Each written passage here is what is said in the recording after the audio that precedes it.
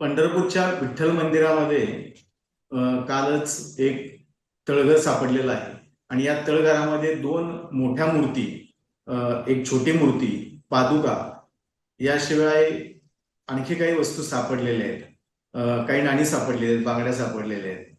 तर हे सर्व कुठल्या कालावधीतलं आहे? या मूर्ती नेमक्या कशाच्या आहेत, कुठल्या देवताच्या, कोणत्या देवतेच्या आहेत, काय आहेत? तर या संदर्भात आपण आज चर्चा करणार आहोत. यासाठी आपल्या सोबत आहेत एक म्हणजे पौराणिक वास्तू, त्याच्यानंतर मूर्ती आणि पुराण शास्त्राचे अभ्यासक विशाल कुटाणे सर. आपण त्यांच्यासोबत या विषयावर चर्चा करणार आहोत. नमस्कार विशाल सर. नमस्कार सर. तर या मूर्ती ज्या सापडलेल्या आहेत, तर त्या मूर्ती कुठल्या देवतेच्या आहेत आणि कुठल्या कालावधीतल्या आहेत, कुठल्या कालखंडातल्या आहेत, सांगू शकाल काय? पंढरपूरमध्ये काल जे सध्या जे नूतनीकरणाचे काम, जीर्णोद्धाराचं काम चालू आहे, हे महाराष्ट्र राज्य पुरातत्व विभागाकडून काम चालू आहे याचं. आणि यामध्ये पंढरपूरच्या त्या गर्भगृहाच्या आसपास, मंदिराच्या आसपास एक 2 ते 3 भुयार असल्याची चर्चा अनेक वर्षापासून होती. तिथे एक भुयार आहेत म्हणून, परंतु आजपर्यंत ते भुयार कोणी खोदलेलं नव्हतं. तिथल्या पुजाऱ्यांना आणि तिथल्या कर्मचाऱ्यांना पण माहित होतं की खाली इथं भुयार आहेत, पण कोणी तिथे शोधण्याचा प्रयत्न केला नव्हता. आणायचं काय झालं की हे काम चालू असताना तिथे एक भुयार आढळलं. साधारणतः 7 ते 8 फूट खाली, समजा 4 बाय 5 आणि हाईटला 6 फूट असं ते भुयार आहे. त्या भुयारामध्ये जवळपास 2 विष्णूची मूर्त्या आणि एक महिषासूर मर्दिनीची मूर्ती तिथे सापडलेली आहे. ती अष्टभुजा मूर्ती आहे, ती महिषासूर मर्दिनीची. आणि त्यात एक विष्णूची मूर्ती आहे आणि दुसरी एक विठ्ठलाची मूर्ती, किंवा सध्या त्याला व्यंकटेश मूर्ती असं ते म्हणता आहेत तिथले पुजारी किंवा तिथले जे काही कर्मचारी जे आहेत ते त्याला बालाजीची मूर्ती वगैरे म्हणत आहेत. पण वास्तविक त्या मूर्तीमध्ये ती बालाजी मूर्ती नसून ती विठ्ठलाचीच मूर्ती आहे. साधारणतः ती मूर्ती 13व्या ते 14व्या शतकाच्या आसपासची मूर्ती असेल. विजयनगर काळात ती मूर्ती आहे. बरं, या मूर्ती तिथं ठेवल्या काय गेल्या असाव्यात, त्याचं काय कारण होतं? कारण त्या मातीच्या ढिगाऱ्यामध्ये त्या झाकून ठेवलेल्या आहेत असं दिसतं. त्या मूर्तीची थोडीफार तोडफोड झालेली होती, नंतर त्याची थोडी दुरुस्ती केली गेलेली आहे, हे पण एकूण त्या ह्याच्यावरून दिसतंय. तर याचं मागचं काय कारण असावं? एक कसं असतं माहिती आहे का, धर्मशास्त्रामध्ये एखादं नवीन मंदिर ज्यावेळी तुम्ही बांधता किंवा ज्यावेळी तुम्ही एखादा जीर्णोद्धार करता मंदिराचं, किंवा एखादी मूर्ती भंग पावली असेल, तर ती मूर्ती काय करत असतात, ती मूर्ती त्याच मंदिरातल्या त्या गर्भगृहाच्या खाली ती मूर्ती तिथे पुरत असतात आणि त्याच्यावर नवीन मूर्ती ते स्थापन करत असतात.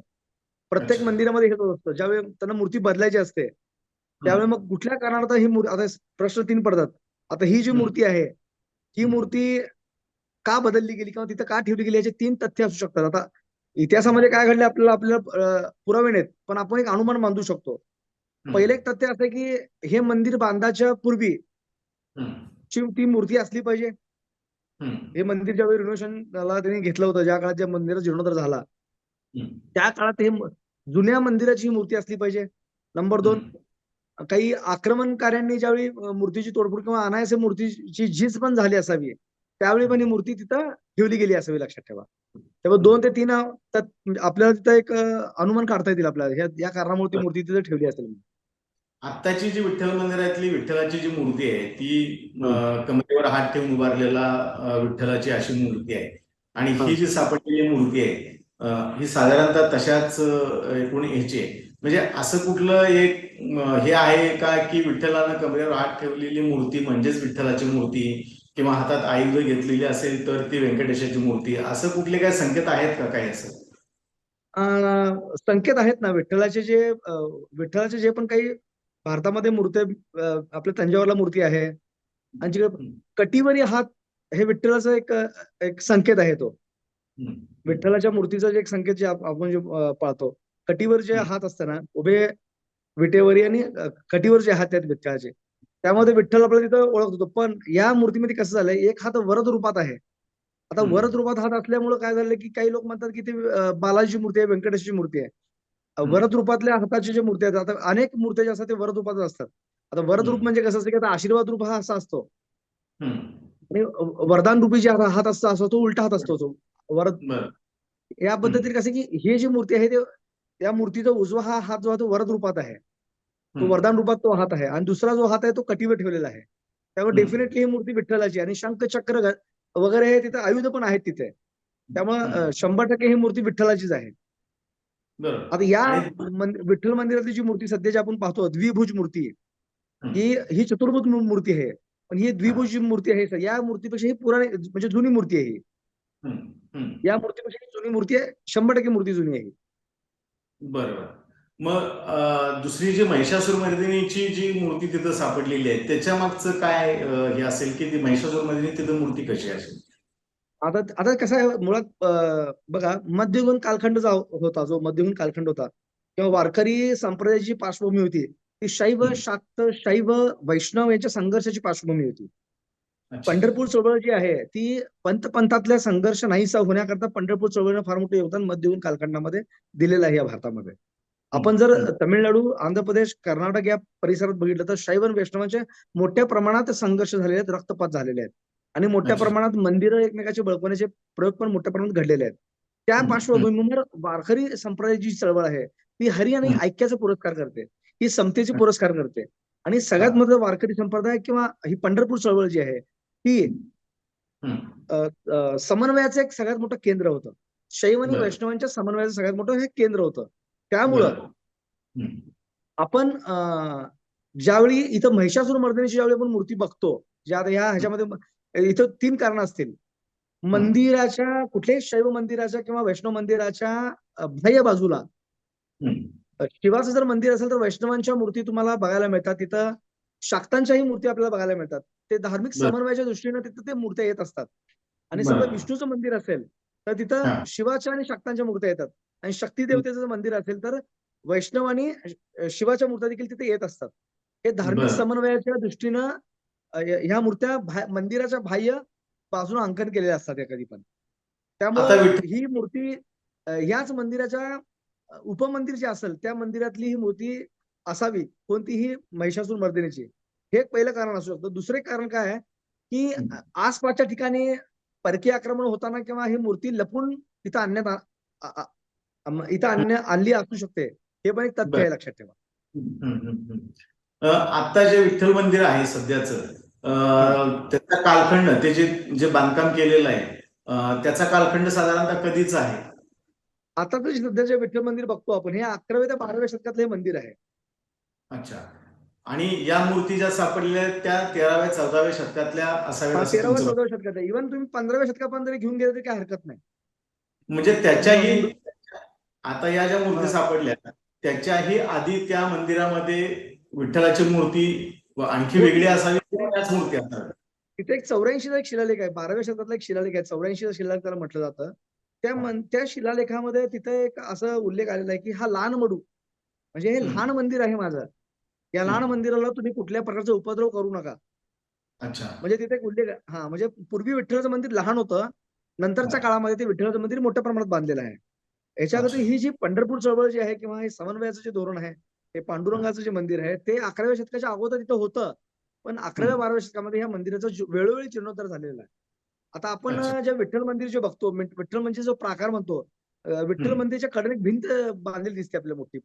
मोठी भिंत हम्म, आहे, साधारणतः ती 20 फुटाची भिंत आहे ती. ते हम्म. परकीय आक्रमण होऊ नये त्या दृष्टीने ते भिंत कडनं बांधलेली आहे. ती नंतरच्या काळात बांधलेली भिंत आहे ती. मंदिर बरोबर, आतमध्ये आहे ते.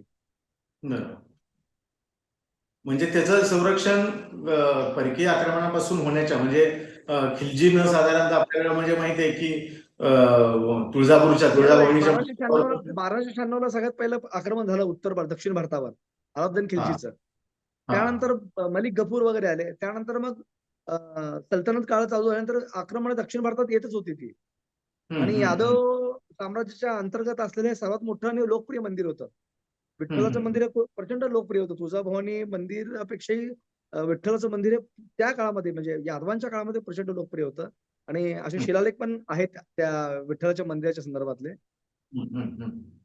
या मूर्तींची जी आता ज्या सापडलेल्या मूर्ती आहेत त्या हा. मूर्तींची शैली कुठल्या कालखंडात कुठल्या यांची वाटते तुम्हाला शैली जी आहे ती? दाक्षिणात्य शैली आहे मंदिराचे त्याच्यात ज्यावेळी फोटो बघितले होते, सुरुवातीला फोटो बघितल्यानंतर ते पूर्ण मातीतनं काढल्यामुळे ते मंदिराची शैली मला बघता आली नव्हती. नंतर मी काही ते मंदिराची मूर्ती साफ केल्यानंतरची त्या मंदिराची जी शैली आहे किंवा त्या मूर्तीची शैली आहे, त्या मूर्तीच्या शैलीवरून असं वाटतं की हा जो कालखंड आहे तो साधारणतः 14व्या-15व्या शतकातली ती मूर्ती असावी. हा, पण तो म्हणजे दाक्षिणात्य शैलीची मूर्ती आहे की म्हणजे आणखी वेगळ्या काही शैली आहेत त्याच्यातल्या? दाक्षिणात्य आणि म्हणजे मराठा कालखंड जो आहे आपला मराठा कालखंडामध्ये ज्या मूर्त्या घडवल्या गेलेल्या आहेत, हम्म. दाक्षिणात्य पूर्ण दाक्षिणात्य शैली म्हणता येणार नाही आपल्याला. एक बरं. विजयनगर शैलीचाही त्यामध्ये थोडा बहुत अंश दिसतो त्या मूर्तीमध्ये. हा. त्या मूर्तीच्या त्या ह्याच्यामध्ये बघताना मला वाटतं की हम्म. ती मूर्ती मराठा कालखंड म्हणजे मराठ्यांचा उदय होण्याच्या आसपासची ती मूर्ती असावी. ओके. आता त्याच्या सोबत जी छोटी मूर्ती एक सापडलेली आहे, पादुका आहेतच, छोटी एक मूर्ती सापडलेली आहे. तर ती मूर्ती कशाची आहे, नेमकं काय त्याचं पण हे आहे? मला काय वाटतं सर, पादुका ह्या नंतर तिथे ठेवल्या गेल्या असतील. म्हणजे अच्छा. ती मूर्ती ठेवताना ते पादुका नसतील. पादुकांचं जे पादुकांच्या संदर्भातलं जे हे चालू झालेलं आहे, ते फार हम्म. प्राचीन नाही आहे आपल्या महाराष्ट्रामध्ये. हम्म. तो हम्म. मध्ययुगीन कालखंडामध्ये पादुका वगैरे पूजन व्हायचं ते त्या काळात. अच्छा. म्हणजे आणि ती मूर्ती त्या दुसरी पादुकांपेक्षा अगोदरची आहे. आणखी एक मूर्ती छोटी सापडली ना तिथं सोबत त्याच्या? हा, ती मी बघितली नाही मूर्ती. ती काय एवढी मूर्ती दिसली नाही ती. साधारण ती मूर्ती अच्छा. टेबलावर ठेवलेली होती. मी पण त्याच्यावर बघितलेली त्या इंटरनेटवर बरं. वगैरे बघितलेलं आहे ते. आणि ती नाणी जी सापडलेली आहेत, ते नाण्यांचा पण कालखंड तोच आहे की त्या नंतरच्या कालखंडातली नाणी आहेत? मंदिर नाणी हे काही आता काय झालं त्या तिथं नाणी पण काही अलीकडचे पण नाणी सापडले आहेत. 100 वर्षापूर्वीचे काही नाणी तिथं पण सापडलेले आहेत. हो. 100 वर्षापूर्वीच्या आसपासचे नाणी सापडलेले आहेत. त्यामुळे आता काही लोक काय म्हणतात की ती मूर्ती पण तिथे नंतर आणून ठेवलेली आहे वगैरे, असं काही ते प्रतिवाद होतोय सध्या. पण बरं. वास्तविक तसं नाही. मूर्तीची ज्या पायाखालची झीज झालेली आहे, पायाखालची झीज मोठ्या प्रमाणात झालेली आहे मूर्तीच्या. आता ही म्हणजे मला. आपण जी विठ्ठलाची मूर्ती द्विभुज बघतो सर, हा. आता सोशल मीडिया आहे किंवा फोटोग्राफी आहे किंवा या मूर्तीचं प्राचीन असं आरेखन झालेलं नाहीये पूर्वीचं. ओके. म्हणजे आताची जी मूर्ती आहे ती निश्चित कुठल्या कालखंडातली हे आपल्याला माहित नाही. तेही माहित नाही. बरोबर. म्हणजे समजा आता का शिवाजी महाराजांच्या काळामध्ये किंवा पेशव्यांच्या काळामध्ये या मूर्तीचं ड्रॉइंग वगैरे चित्र वगैरे कोणी काढलेलं नाही सर. बर. आता याचं जे पुढचं संशोधन आहे ते भारतीय पुरातत्व खातं याचा जो कालखंड किंवा हे निश्चित करण्यासंदर्भात या मूर्ती कुठल्या आहेत, पुन्हा केल्यात, हे मूर्तीच्या सगळं. शैलीवरून ते समजतं. मूर्तीच्या शैलीवरून ते समजतं. प्राचीन शास्त्रामध्ये कसं आहे म्हणजे आयकॉनोग्राफीमध्ये हम्म. मूर्ती जितकी रेखीव, जितकी हम्म. नाजूक, हम्म. तितकी ती जुनी असते. ओके. म्हणजे बरोबर. कल्याणी चालुक्यांच्या काळातल्या मूर्त्या जर आपण बघितल्या, कल्याणी चालुक्य तुम्ही जर कल्याणी चालुक्यांचे मंदिर जर बघितले, तर मूर्त्या हम्म. अत्यंत सुबक आणि कोरीव आणि नाजूक आहेत. हम्म. हम्म. यादवांच्या हम्म. काळात थोड्या बहुत मूर्त्या बघितल्या तर थोडं त्यांची ते एक नाजूकता कमी झालेली आहे तिथे. अच्छा. त्यामध्ये हावभावाचा अभाव आहे. हावभाव जे होतं मूर्तीमध्ये, कुठल्याही मूर्तीमध्ये एक हावभाव होतं, हम्म. लयबद्धता असणं, हे चेहऱ्यावरचे महत्वाचं भाव आहे. त्याच्या, चेहऱ्यावरचे भाव. त्यामुळं की ते प्रमाणात असणं हे नंतरच्या काळामध्ये होत गेलं नाही ते. म्हणजे बरोबर. रोजगार बुडाला किंवा परकीय आक्रमणामुळे राजशाही न लाभल्यामुळे ते बरोबर. तेवढे शिल्पी ते राहिले नसावेत. नंतरच्या काळामध्ये थोड्या मूर्ती कसं की जसं जसं काळ सरकत गेला त्या मूर्तीतलं सौंदर्य, त्या मूर्तीतलं लयबद्धता ते कमी होत गेलेली आहे. अच्छा. म्हणजे त्याच्यावरूनच आपण म्हणजे मूर्तीचा कालखंड निश्चित त्यावरूनच करायला कसं की आता कल्याणी चालुक्यांच्या काळातल्या जे मूर्ती असतात, साधारणतः 9व्या-10व्या शतकातल्या जे मूर्त्या असतात किंवा त्यांची मंदिर असतात, त्यावर त्या हम्म. मूर्तीचा एक आपल्याला अंदाज येतो. राष्ट्रकुटांच्या मूर्तींचा पण आपल्याला अंदाज येतो. बदामी हम्म. चालुक्यांच्या मूर्तींचा देखील अंदाज होतो. तो अभ्यास असतो. बदामी चालुक्य हम्म. असतील किंवा राष्ट्रकूट असतील किंवा कल्याणी चालुक्य असतील, यादव कालखंडातले मूर्ती असतील, मराठा हम्म. कालखंडात जे काही मंदिर झाले, स्थापत्य झाले मराठा कालखंडातले, त्यांच्या काही हम्म. मंदिरांची जे तिथे काही मूर्ती आपल्याला सापडतात. त्यानंतर हम्म. पेशव्यांच्या काळामध्ये काही जे बांधकाम झाले, त्या हम्म. कालखंडातनं आपल्याला काय करतो, त्या अंदाज बांधता येतो आपल्याला. म्हणजे एखादं साधारणतः हे कधी झालेलं आहे किंवा मग इंडो हम्म. इस्लामिक शैली ज्यावेळी मंदिराच्या प्रकाराला आपल्याला बघायला मिळते, इंडो हम्म. इस्लामिक घुमट वगैरे असतो, हा. त्यावेळी ते मग आपण सहज ओळखतो की बाबा हे 14व्या-15व्या शतकातलं काम आहे. बरोबर. निश्चितपणानं आपण अतिशय उपयुक्त माहिती दिलेली आहे. तर विशाल सर, आपलं मुंबई आउटलुक तर्फे आभार व्यक्त करतो. धन्यवाद.